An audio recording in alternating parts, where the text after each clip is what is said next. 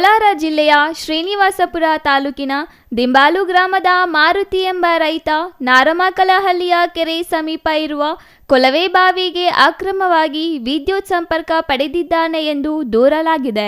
ನಾರಮಕಲಹಳ್ಳಿ ಗ್ರಾಮದ ಕುಡಿಯುವ ನೀರಿನ ಕೊಳವೆ ಬಾವಿಗೆ ನೀಡಲಾಗಿದ್ದ 24 ಗಂಟೆಗಳ ವಿದ್ಯುತ್ ಲೈನ್ನಿಂದ ಕಳ್ಳತನವಾಗಿ ತನ್ನ ಮೋಟಾರ್ಗೆ ವೈರ್ ಸಂಪರ್ಕ ಮಾಡಿಕೊಂಡಿದ್ದಾನೆ ಎನ್ನಲಾಗಿದೆ. ಈ ಅಕ್ರಮದಿಂದಾಗಿ ಗ್ರಾಮದ ನೀರಿನ ಸರಬರಾಜಿಗೆ ತೊಂದರೆಯಾಗುವ ಭೀತಿ ಎದುರಾಗಿದ್ದು, ಸ್ಥಳೀಯ ರೈತರು ಹಾಗೂ ಸಾರ್ವಜನಿಕರು ತೀವ್ರ ಆಕ್ರೋಶ ಹೊರಹಾಕಿದ್ದಾರೆ. ಅಕ್ರಮ ಸಂಪರ್ಕದ ಜೊತೆಗೆ ಈ ಭಾಗದಲ್ಲಿರುವ ಟ್ರಾನ್ಸ್ಫಾರ್ಮರ್ ಸುತ್ತಮುತ್ತ ಕಳೆ ಮತ್ತು ಗಿಡಗಂಟಿಗಳು ವಿಪರೀತವಾಗಿ ಬೆಳೆದಿವೆ. ಪ್ರಸ್ತುತ ಮಾವಿನ ಹಂಗಾಮು ಆರಂಭವಾಗುತ್ತಿದ್ದು, ಈ ಪ್ರದೇಶದಲ್ಲಿ ಕೂಲಿ ಕಾರ್ಮಿಕರು ಹಾಗೂ ಜಾನುವಾರುಗಳ ಓಡಾಟ ಹೆಚ್ಚಿದೆ.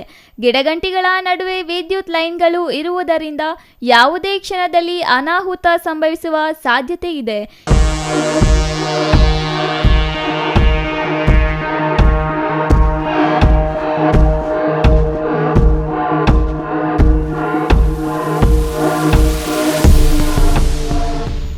ಗ್ರಾಮದ ನೀರಿನ ಲೈನ್ನಿಂದ ಖಾಸಗಿಯವರು ಅಕ್ರಮವಾಗಿ ವಿದ್ಯುತ್ ಪಡೆಯುತ್ತಿದ್ದರೂ ಲೈನ್ ಮ್ಯಾನ್ ಗಮನ ಹರಿಸುತ್ತಿಲ್ಲ.